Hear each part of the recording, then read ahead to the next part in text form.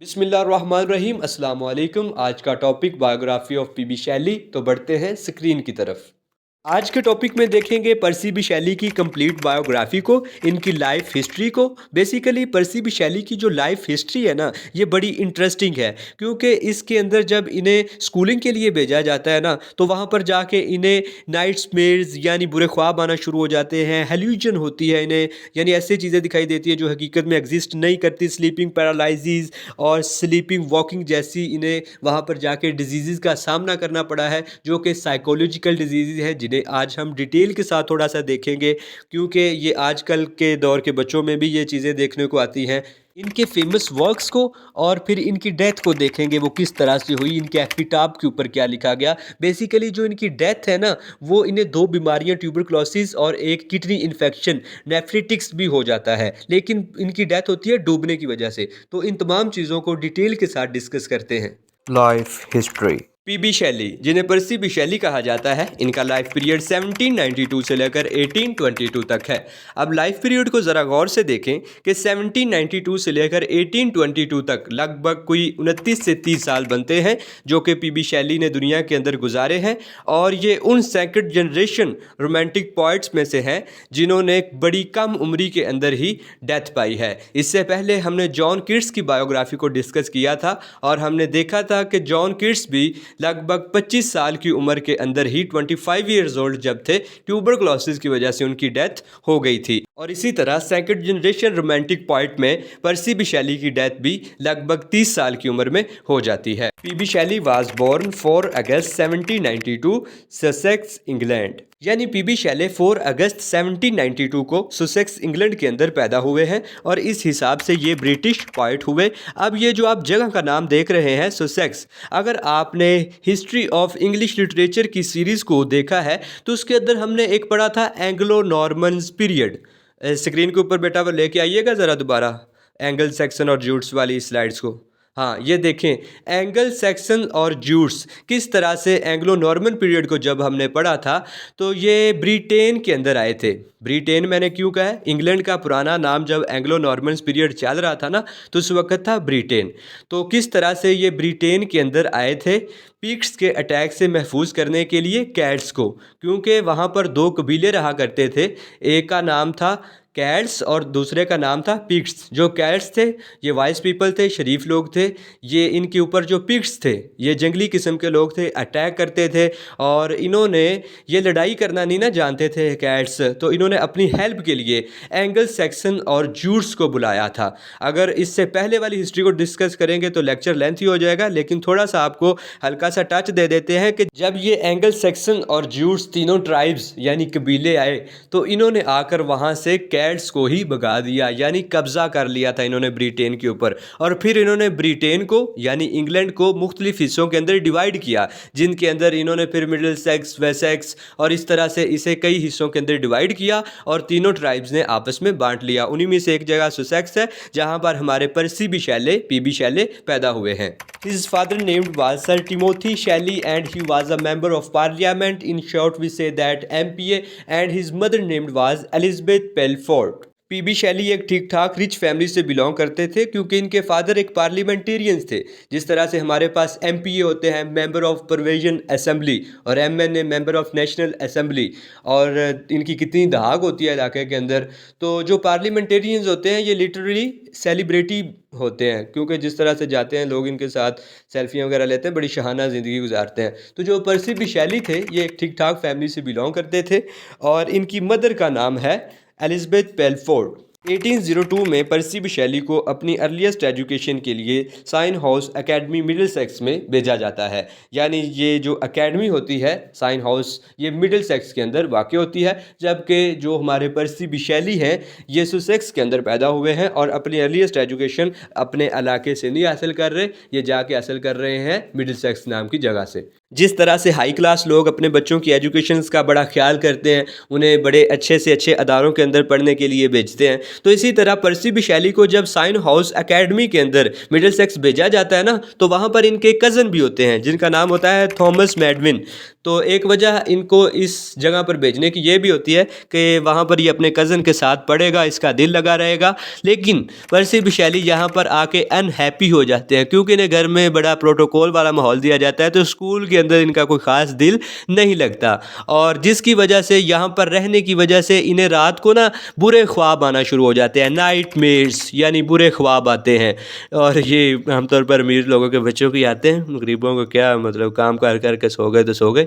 और इसके बाद नाइटमेयर्स यानी बुरे ख्वाब आने की वजह से फिर इन्हें हेल्यूजन्स होना शुरू हो जाती है। हेल्यूजन्स एक जो साइंटिफिक टर्म है, अगर साइकोलॉजी के अंदर इसको सर्च करें तो कुछ ऐसी चीज़ें इसके अंदर दिखाई देना शुरू हो जाती हैं जो हकीकत के अंदर एग्जिस्ट नहीं करती। जैसे कि अंधेरे के अंदर एक बच्चा जब डर जाए, उठ जाए, तो उसे वो कहता है, शोर मचाता है कि मुझे ये मतलब कुछ चीज़ें दिखाई दे रही हैं, कोई हॉरिबल सिचुएशन वो क्रिएट कर लेता है, लेकिन वो हकीकत के अंदर एग्जिस्ट नहीं करती, वो उसकी सिर्फ इमेजिनेशन होती है। तो इन्हें ना हेल्यूजन्स होना शुरू हो जाती है, और जहाँ से बात बढ़ते बढ़ते फिर इन्हें रात को स्लीपिंग पैरालिसिस, ये भी एक साइकोलॉजी की टर्म है जो इन्हें होना शुरू हो जाती है। अब स्लीपिंग पैरालिसिस के अंदर होता यही है कि नाइटमेयर यानी बुरे ख्वाब आते हैं, लेकिन एक चीज़ इसके अंदर ऐड हो जाती है, ऐसा लगता है कि जैसे जिस्म के ऊपर किसी ने बड़ा वज़न रख दिया हो, या हमारे जिस्म के ऊपर कोई चीज़ बैठ गई है जो हमारा गला दबा रही है,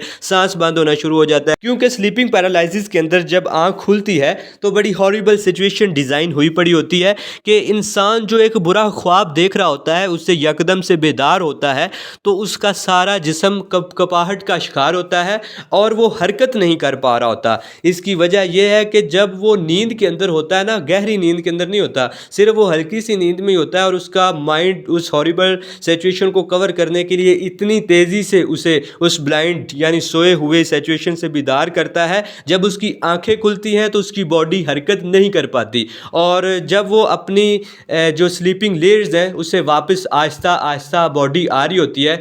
माइंड और बॉडी का कनेक्शन है, लेकिन जो माइंड है ये बॉडी को कंट्रोल करता है। तो इस तरह से जब उसकी आंख खुलती है तो बॉडी हरकत नहीं कर पा रही होती, माइंड अलबत्ता आंखों को जगा देता है। तो जब बॉडी हरकत ना कर पा रही हो, आंखें जाग रही हो, और बॉडी जो है वो स्लीपिंग सिचुएशन के अंदर हो, नींद में हो, तो फिर कुछ ना कुछ चीज़ें माइंड इमेजिन कर देता है, जो कि कुछ भी हो सकता है, चुड़ैलें वगैरह भी कह सकते हैं, जिन्न भी जिसे कहते हैं, हॉरर सीन्स दिखाई दे रहे होते हैं। तो इस तरह से स्लीपिंग पैरालिसिस की ये डिजीज़ भी इनको हो जाती है। बात स्लीपिंग पैरालिसिस तक महदूद नहीं रहती, बल्कि ये स्लीपिंग वॉक यानी नींद के अंदर भी चलना शुरू कर देते हैं। जिस तरह से फिल्म वगैरह में हमने देखा होगा ना कि नींद के अंदर चला और कहाँ से कहाँ पहुँच गया, तो जब उसे पूछा जाता है मैं तो नींद में चल रहा था, तो वो इस तरह से इनको ये भी बीमारी हो जाती है। अब इन्हें ना मैड शैले भी कहा जाता है, तो वो एविनी ने मैड शैले कह दिया जाता। उसके पीछे ये सारी हिस्ट्री है जो मैंने आपको बताई है कि किस तरह से ये सुसेक्स नाम की जगह पर पैदा हुए, और वहाँ से इन्हें मिडिल सेक्स के अंदर जब स्कूलिंग के लिए भेजा गया, अर्लीस्ट एजुकेशन को हासिल करने के लिए भेजा गया, तो ये अनहैप्पी हो गए, और अनहैप्पी होने की से फिर इन्हें जो है वो नाइटमेयर्स यानी बुरे ख्वाब आना शुरू हो गए, और इसके बाद फिर इन्हें हेल्यूजन्स होना शुरू हो गई। हेल्यूजन से काम बड़ा स्लीपिंग पैरालिसिस हो गया, और फिर इन्हों को जो है वो रात के अंदर इन्होंने स्लीपिंग सिचुएशन के अंदर ही चलना शुरू कर दिया, यानी स्लीपिंग वॉक करना शुरू कर दी। तो जब ये एक बंदा तमाम हरकत को देखेगा जो नॉर्मल है, तो वो मैड ही कहेगा ना, चाहे मैं करूं या आप करें। जब इस तरह की हरकत इकट्ठी करेंगे, आप कहेंगे इस तरह से नींद में चलते फिरेंगे, तो लोगों ने हमें मैड ही कहना है ना, तो इसलिए इन्हें निक नेम मैड शैले भी कहा जाता है। तो ये इसके पीछे मुकम्मल हिस्ट्री है, इसे याद रखिएगा। अर्लीस्ट एजुकेशन को हासिल करने के बाद 1804 में पर्सी बिशैली एटन कॉलेज के अंदर एडमिशन ले लेते हैं। अब याद रखिएगा, ये जो एटन कॉलेज है ये एक्सफोर्ड यूनिवर्सिटी का ही ग्रुप कॉलेज है, जहाँ पर इन्हें निक नेम दिया जाता है मैड शैली। जहाँ पे ये पहले एजुकेशन हासिल कर रहे थे वो तो एक साइन हाउस एकेडमी थी, यानी स्कूल था। वहाँ पर तो जो बच्चे थे वो मतलब इस तरह से ज़हीन नहीं होते, स्कूल के अंदर ज़्यादा तेज़ नहीं होते, ज़हीन तो काफ़ी होते जाते हैं। लेकिन जब बंदा कॉलेज में आता है ना, तो वहाँ पर बड़े बड़े तेज़ किस्म के कहते हैं मुख्तलिफ इलाकों से आते हैं, बड़े बच्चे मिलते हैं, वहाँ पर इनको निक नेम्ड देते हैं। हरकतें इनकी जब वो देखते हैं ना कि ये तो रात को चलना शुरू कर देता है, ये वो वगैरह, तो फिर वो इन्हें कहते हैं मैड शैले। 1810 के अंदर पीबी शैली यूनिवर्सिटी ऑफ एक्सफोर्ड के अंदर चले जाते हैं। वहाँ पर इनकी मुलाकात होती है थॉमस जॉफरीसन। अब थॉमस जॉफरीसन इनके क्लास फेलो ही होते हैं, इसके अलावा भी बहुत से क्लास फेलो होते हैं। इनका नाम यहाँ पर इसलिए बताया है कि इनके साथ जो फ्रेंडशिप है वो लाइफ लॉन्ग चलती है, यानी till the date of that Percy Bysshe Shelley. Percy Bysshe Shelley जब तक मरते नहीं, ये इनके दोस्त ही रहते हैं, आपस में मुलाकात करते रहते हैं। तो इसलिए थॉमस जेफरसन का नाम इनके लाइफ पीरियड के अंदर इम्पोर्टेंट है, इसे भी राइट डाउन करें। हमारे पर्सी बिशैली यूनिवर्सिटी के अंदर पहुंच चुके हैं, तो इनकी जो रोमांस लाइफ है वो भी शुरू हो चुकी है। तो ये हैरियट गुरु के साथ इनका रोमांस चलता है, और 1810 के अंदर जब पर्सी बिशैली की मुलाकात होती है ना हैरियट वेस्टब्रॉक से, तो ये उनके साथ फिर शादी कर लेते हैं 1811 के अंदर। तो याद रखिएगा कि इनका रोमांस चला है हैरियट गुरु के साथ, और 1811 के अंदर इन्होंने हैरियट वेस्टब्रॉक से मैरिज की है, शादी की है। ये ज़रूरी नहीं कि जिसके साथ रोमांस चले उसके साथ शादी भी करें, लेकिन क्या करें, मोहब्बत हो ना सकी हमें मोहब्बत करने वालों से, जिनसे हमें मोहब्बत थी वो आगे चले गए। यही बात होती है इनकी। ये जो हैरियट वेस्टब्रॉक होती हैं ये सुसाइड कर लेती हैं 1816 के अंदर। देखें 1811 के अंदर दोनों की शादी हुई है, और 1816 के अंदर इसने सुसाइड कर ली है। अब ये इसने सुसाइड क्यों की है? क्योंकि जो पर्सी बिशैली होते हैं ये विलियम गॉडविन, ये बड़े लिटरेरी फिगर हैं हिस्ट्री ऑफ इंग्लिश लिटरेचर में, इनकी डॉटर मैरी गॉडविन के साथ इनको लव हो जाता है, यानी प्यार हो जाता है। अब देखें, रोमांस हुआ है हैरियट गुरु से, शादी हुई है हैरियट वेस्टब्रॉक से, और फिर दोबारा से प्यार हो गया है इन्हें मैरी गॉडविन से। तो इसी वजह से 1816 के अंदर इनकी वाइफ सुसाइड कर लेती है, और पर्सी बिशैले 1816 में ही दूसरी शादी करते हैं मैरी गॉडविन के साथ। 1818 में पर्सी बिशैली इंग्लैंड छोड़कर नेपाल चले जाते हैं, और वहां जाकर एक ये बड़ी फेमस पोएम लिखते हैं जिसका नाम stanzas written in dejection near Naples है। अब रोम में पर्सी बिशैली की हेल्थ कंडीशन पोर होना शुरू हो जाती है, क्योंकि इन्हें दो बीमारियां लग जाती हैं, एक ट्यूबरक्लोसिस की और एक नेफ्रोटिक्स इन्फेक्शन। अब ट्यूबरक्लोसिस ये वही बीमारी है जो जॉन कीट्स को हुई थी, जिसकी वजह से जॉन कीट्स की डेथ हुई, जॉन कीट्स के एक भाई की डेथ हुई, जॉन कीट्स के अपनी मदर की डेथ भी इसी बीमारी से हुई। यानी ये जॉन कीट्स वालों की तो मोरोसी बीमारी थी, लेकिन पर्सी बिशैली को भी ये बीमारी हो जाती है ट्यूबरक्लोसिस, और साथ साथ इसे नेफ्रेटिक्स इन्फेक्शन भी हो जाता है। नेफ्रेटिक्स इन्फेक्शन होता है जो किडनीज़ के अंदर इन्फेक्शन हो जाता है ना, गुर्दों की खराबी का जो बायस बनता है, गुर्दों को तबाह कर देता है, ये वो वाला इन्फेक्शन भी इन्हें हो जाता है, जिसकी वजह से इनकी जो हेल्थ है वो बाद से बदतरीन दिनों में फिर होती है।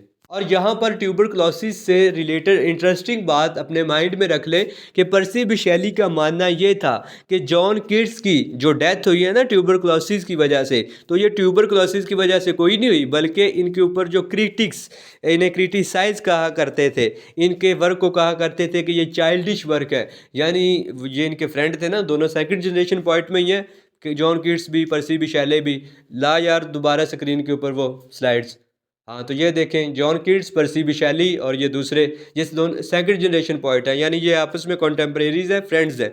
तो ये कहा करते थे कि जॉन कीट्स की डेथ ट्यूबरक्लोसिस से नहीं हुई, बल्कि जो क्रिटिक्स ने उन्हें क्रिटिसाइज़ किया ना, उसका वो सदमा लेकर जल्दी मर गए हैं। हालांकि ये सिर्फ इनकी थॉट थी, वैसे ये ट्यूबरक्लोसिस की जो मरूसी बीमारी है उसकी वजह से जॉन कीट्स की डेथ हुई है। और इनका ये थॉट और भी स्ट्रॉन्ग हो गया जब इनको खुद को ट्यूबरक्लोसिस होगी, क्योंकि इनके वर्क्स पर भी तो क्रिटिसाइज़ किया करते थे ना, इन्हें तो मैड शैले कहा करते थे। तो इसी वजह से ये कहते थे कीट्स पर भी क्रिटिसाइज़ किया गया तो उसे ट्यूबरक्लोस हुई, और मुझे भी क्रिटिसाइज़ किया गया तो मुझे भी ट्यूबरक्लोस हो गई है। तो हालांकि ये कोई हकीकत नहीं है, सारे जितने भी कोई ड्रामेटिक है, कोई पोइट है, जितने भी लिटरेरी फिगर है, उनके वर्क्स के ऊपर हर ज़माने के अंदर हमने हिस्ट्री के अंदर देखा है कि क्रिटिसिज्म तो हुई है, सबको तो नहीं फिर ट्यूबरक्लोसिस हुई। तो ये क्वेश्चन पूछ लिया जाता है, ये मैं हवा में बातें नहीं कर रहा, बल्कि ये क्वेश्चन पूछ लिया जाता है, इन्हें राइट डाउन कर लें। पर्सी बिशैली के पास एक न्यू बॉट होती है डेंजुआ, जिसे ये अपने एक फ्रेंड एडवर्ड विलियम के साथ सेल करने के लिए लेवरोनी नाम की जगह पर जा रहे होते हैं। और जब ये लेवरोनी नाम की जगह पर उस बोट के ऊपर बैठकर जा रहे होते हैं तो रास्ते में तूफ़ान आ जाता है, और ये तूफ़ान इटली कोस्ट गल्फ ऑफ स्पेजिया नाम की जगह पर आता है, जहाँ पर इनकी कश्ती, इनकी नाव, इनकी बोट डूब जाती है, और जिसकी वजह से फिर पर्सी बिशैली की डेथ हो जाती है। और अपनी डेथ के 10 दिन बाद यानी 10 डेज लेटर पर्सी बिशैली की बॉडी मिलती है, रिकवर्ड होती है वहाँ से। और जब इनकी बॉडी मिलती है तो इनकी पॉकेट से लैमिया की एक कॉपी मिलती है। अब ये लैमिया एक पोइम है जो जॉन कीट्स ने लिखी थी। अब बात कर लेते हैं इनके एपिटाप की। एपिटाप का मैंने बड़ी दफ़ा बता दिया है कि कब्र के ऊपर जो एक तख्ती लगाई जाती है ना, उसे एपिटाप कहते हैं, जहाँ पर ये जितने भी पोइट राइटर हैं इन्होंने कुछ ना कुछ लिखवाया होता है, और जो उसके ऊपर लाइंस लिखी हुई हैं ना, वो अक्सर कंपटीशन के एग्ज़ाम के अंदर दो तरीके से पूछ ली जाती हैं। या तो वो कहते हैं पर्सी बिशैली के एपिटाइप्स की लाइन आप खुद लिखें, या फिर 4 ऑप्शन दे देते हैं कि इनमें से जो करेक्ट एपिटाइप्स हैं इनके लाइंस उसे करेक्ट करें, और वो तभी हो सकते हैं जब आपको सारे पोइट्स के एपिटाफ की लाइंस याद हो। पर्सी बिशैली के एपिटाफ पर लिखा हुआ है, nothing of him that doth fade but doth suffer a sea change into something rich and strange. यानी मीनिंग ये कि यहाँ एक ऐसी पर्सनैलिटी है जो किसी से फेड नहीं है, जिसे किसी का डर नहीं है, और जो कि ख़ुद में असी चेंज यानी समंदरी तब्दीली तक की असलियत रखती है। जिस तरह से समंदर को देखें तो उसका दूसरा कोई किनारा नज़र नहीं ना आता, और बड़ा शांत सा नज़र आता है, यानी बड़े सुकून में रहता है, अपनी मस्ती के अंदर रहता है। लेकिन जब कभी उसके अंदर लहरें उसका किनारा तोड़ कर चली जाए तो बड़ी तबाही का सबब बनता है। इस तरह से वो कहता है कि मैं एक समंदरी तब्दीली तक का ताकत रखता हूँ, और मुझे किसी का डर नहीं है, और मैं अजीब भी हूँ, स्ट्रेंज भी हूँ, और रिच भी हूँ, बड़े दिल वाला भी हूँ। मतलब इतनी मखलूक़ात को समंदर ने अपने अंदर रखा हुआ है, उसे खाना वहाँ से मिलता है। तो इसने ना इस तरह से मेटाफर का यूज़ करके अपनी इन लाइंस को बड़ा जानदार बनाया हुआ है। और ये पर्सी बिशैली की एपिटाफ की लाइंस एरियल सॉन्ग से ली गई हैं। फेमस वॉक 1810 में पर्सी बिशैली ने जिस्ट्रॉजी अपना एक वर्क पब्लिश करवाया है, जो कि एक गॉथिक नावल है। गॉथिक नावल को आप समझते हैं, जिसके अंदर हॉरिबल सिचुएशंस डिज़ाइन की जाती हैं, और जिसके अंदर डराया जाता है, जो उसमें हॉरिबल ही करैक्टर्स होते हैं। तो ये सारा गॉथिक नावल था, और इसको अनोनिमसली पब्लिश किया गया था। अनोनिमस का मतलब होता है कि इसमें अपना कोई नाम नहीं लिखता राइटर, बल्कि उसे वैसे ही पब्लिश करवा देता है, लेकिन उसके अंदर ना कुछ हिंट दे दिया जाता है। इन्होंने लिखा था PBS, तो ये इन्होंने अनोनिमसली अपना नाम नहीं लिखा था इसको पब्लिश करवाते वक्त, बल्कि PBS की टर्म से ही 1810 के अंदर पब्लिश करवा दिया था। 1810 के अंदर ही इनका एक सेकंड वर्क आता है, सेंट इरवाइन। ये भी एक गॉथिक नावल ही था, और ये भी एनोनिमसली ही पब्लिश्ड किया गया था। और लेकिन इसके अंदर इन्होंने जो हिंट था वो इस दफ़ा चेंज करके ये लिख दिया गया था कि saint Irvyne published by gentleman of the Oxford. तो by gentleman of the Oxford की ये लाइन इन्होंने लिख दी थी। पहले में इन्होंने लिखा था PBS, और इस वाले में इन्होंने लिख दिया था जेंटलमैन ऑफ द एक्सफोर्ड। तो याद रखें कि 1810 के अंदर जब ये इनके 2 वर्क्स पब्लिश्ड हुए हैं, तो इस वक्त ये एटन कॉलेज के अंदर पढ़ रहे थे। 1813 में इनका एक फेमस वर्क आता है जिसका नाम क्वीन मैब है, और ये एक फ़िलॉसफिकल पोइम होती है जिसे 9 कैंटोज़ के अंदर लिखा गया है, और ये इनका फर्स्ट लार्ज वर्क है, यानी बड़ा लंबा लिखा हुआ इनका ये वर्क है, और बड़ा फेमस भी हुआ था।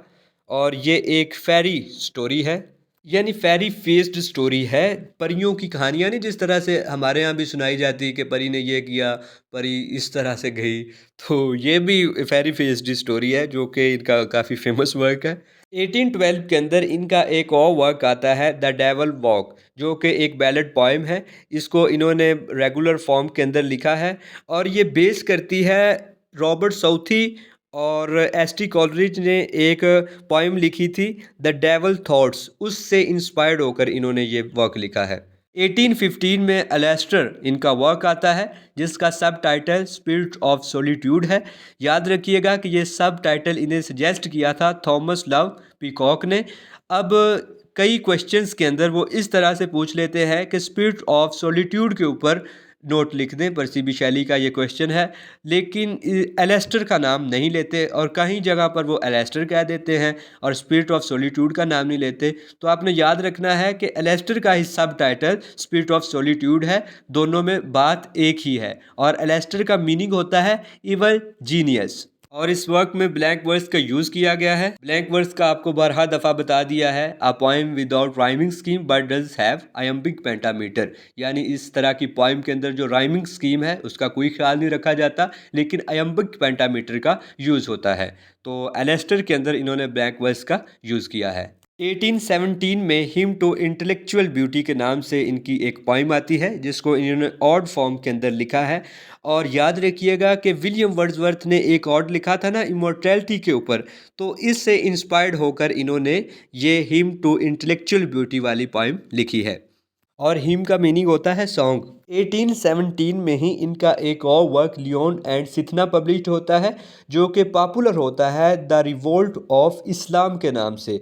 और याद रखिएगा कि लियोन एंड सिथना पॉपुलर हुआ है रिवोल्ट ऑफ इस्लाम के नाम से, और इसका जो सब टाइटल होता है वो होता है the revolution of the golden city a vision of the 19th century. और ये poem Laon and Cythna Spenserian stanza form में लिखी हुई है। पीबी शैली का एक वर्क है ओज़िमेंडियस जिसको इन्होंने 1817 के अंदर लिखा था यानी राइट किया था और 1888 के अंदर ये पब्लिश्ड हुआ है। तो इसको ये याद रखिएगा कि लिखा गया है 1817 के अंदर और 1888 में पब्लिश्ड होता है।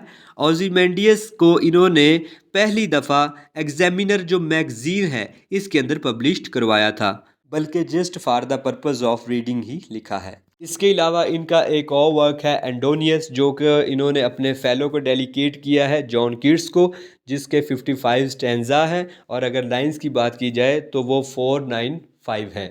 में और to west wind, Rosalind and Helen और the mask of anarchy, Julian and Maddalo जो कि 1819 के अंदर आता है। इसके अलावा इनका एक ड्रामा है द प्रोमेथियस अनबाउंड जो कि एक लिरिकल ड्रामा है जिसको इन्होंने 4 एक्ट्स के अंदर कंप्लीट किया है और 1820 के अंदर ये आता है। उम्मीद करते हैं कि पर्सी बी शैली से रिलेटेड बहुत सारी चीज़ें आपको क्लियर हो गई होंगी। नेक्स्ट लेक्चर में फर्स्ट जनरेशन के पोएट विलियम ब्लेक को डिस्कस करेंगे। तब तक के लिए इजाज़त दीजिए। अल्लाह हाफिज़।